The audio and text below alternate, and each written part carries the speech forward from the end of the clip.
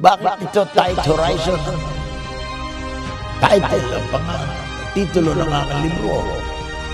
Sapagkat sa pinagdaanan ko ay talaga napakahigpit. Parang ako'y nanunulay sa isang lubid na nasa dulo ng lubid ang aking mga pangarap para sa aking bayan, sa bayan ng Tanawan.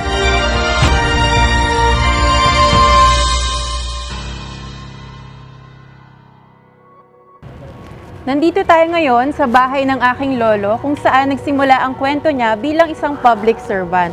Ako si Francesca Lirio, ang panglimang apo, at ipapakilala ko sa inyo ang Tight Horizon na magsasalaysay ng kanyang buhay. In the heart of Tanawan, where the spirit of leadership and commitment thrives, lives a story of remarkable man, Mayor Lirio.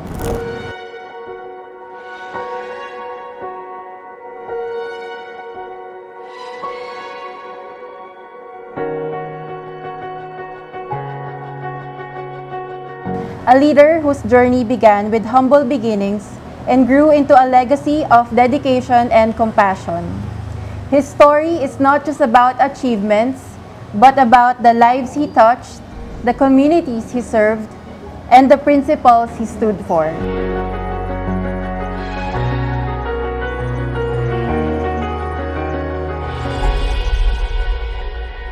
Mayor Lirio's biography captures his remarkable journey from a dedicated public servant to a revered leader. His story is a testament to his unwavering commitment to the betterment of his community.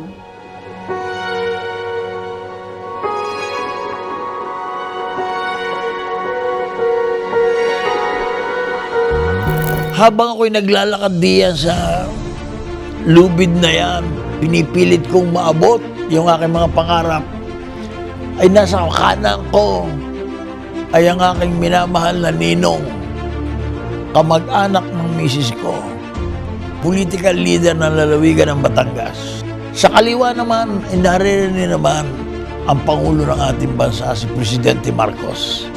Kaya paano ko natawid ang lubid na yan patungo sa aking pangarap? Pinagbuti ko yan, pinag-aralang mabuti. Kada hakbang, every step of the way ay aking pinag-aaralan.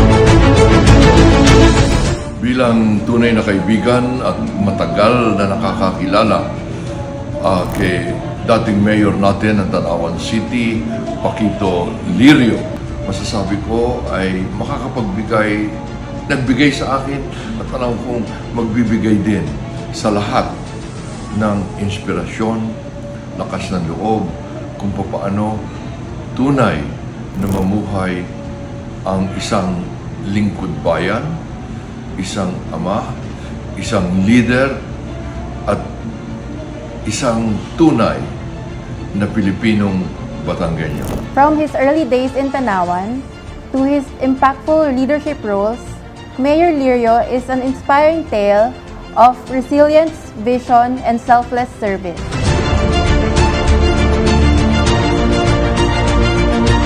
Isang masaya at malugod na pagbati ang aking ipinaabot sa ating butihin, minamahal at iginagalang ng lahat ng walang iba kundi ang ating idolo na si Mayor Paquito Lirio. Inilahat o sinulat niya sa kanyang aklat na ito ang kanyang naging buhay, ang kanyang naging pamumuno.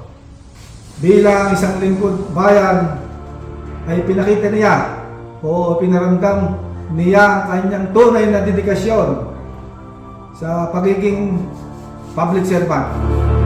Tinututo ako ng aming pamilya ang paglabas ng libro ng aking Tito Paquito Lirio. Tito Paquito, mabuhay po kayo at naway itong librong ito ay maging daan para ang mga susunod na salin ng lahi ng mga Batanggenyo ay magkaroon ng isang modelo sa kanilang pamumuhay, sa kanilang panunungkulan, at sa kanilang pakikitungo sa kanilang kapwa.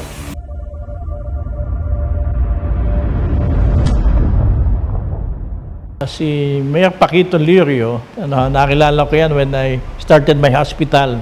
That was in 1982-83. Wala na akong nakita yata ng taong ganito eh. Bihira na, sa totoo lang, na very passionate sa kanyang ginagawa. Si Paring Paquito, hindi kurap. Alam ko yon. Sa totoo lang, mayaman sa kaibigan, mayaman sa mga bagay na gusto niyang gawin at ginagawa. Yan si Paring Paquito. Bihira, bihira. Bilib ako sa kanya.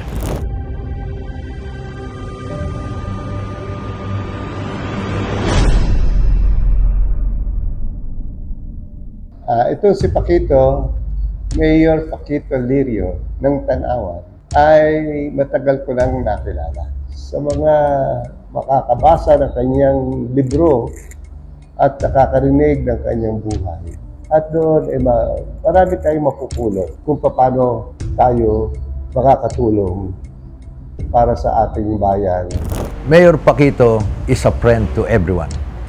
A light-hearted, gentle, courteous to everyone that made him win the respect of every people he meets. I just want to persuade everyone to read the details of his colorful political career in his book. Again, Mayor Paquito, from the bottom of my heart, my kudos.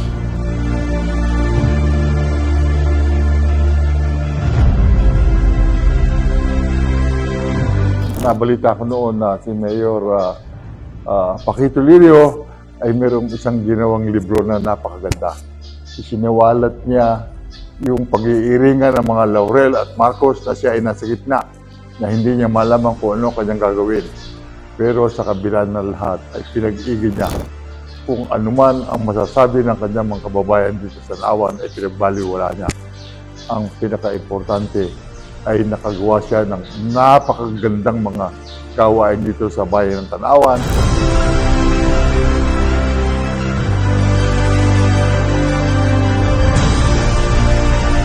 Sa panahon ng panunungkulan ni Mayor Paquito, napakarami niyang accomplishments. Gaya ng pagpapagawa ng maraming kalsada sa barangay, electrification ng mga barangay, construction ng maraming school buildings, construction ng Laurel District Hospital, at ang pinakamahalaga sa lahat ay ang establishment ng Batteric 2 or Batangas Electric Cooperative na pinakinabangan ng 12 bayan sa 3rd District ng Batangas. Mayor Paquito stands as a shining example of a true public servant. Kahanga-hanga si Mayor Paquito. You deserve our utmost respect and admiration. Saludo po kami sa inyo. Francisco Paquito Hebron Lirio is a predominant politician and a magnanimous administrator. A former mayor of Tanawan, Batangas for 11 years from 1970 to 1981. He was called to contribute and perpetuate the work that will bring about a good and prosperous to Tanawan, Batangas. Mabuhay Francisco Paquito Hebron Lirio.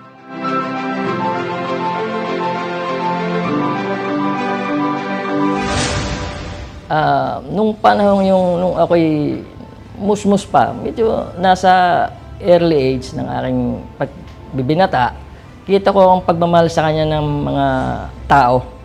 Kasi siya ay malapit sa tao, hindi siya yung namumunong, namimili ng mga kaharap. Siya ay, palibasa, siya ay batang baryo, taga-taong Balele.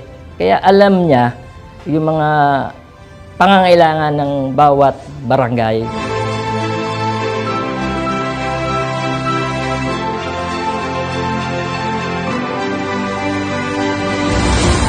Sana po yung librong ipapublish ni Mayor, sana po mabigyan po ang museo ng Apolinario Mabini dito po sa Barangay Talaga para po sa mga bumibisitang mga kabataan ay maging isang magandang ehemplo bilang sa isang taong namumuno sa ating bayan. Gusto ko lang pong bumate at magbigay pugay kay Francisco Paquito Lirio, ang dating mayor ng Tanawan, Batangas, sa nalalapit na launching ng kanyang biography. Alam po ninyo, Mayor Lirio came to power during an era of activism and martial rule.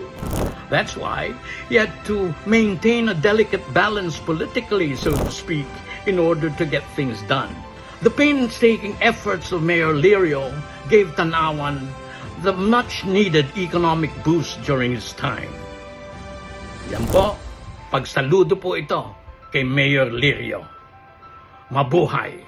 Tunay ngang isa ka sa marami nating mga bayaning walang ningning ng Batangas. Mayor Lirio was a beacon of integrity and commitment. His leadership inspired many of us. He had a unique ability to connect with people from all walks of life, making everyone feel heard and valued. His vision for progress was clear and unwavering.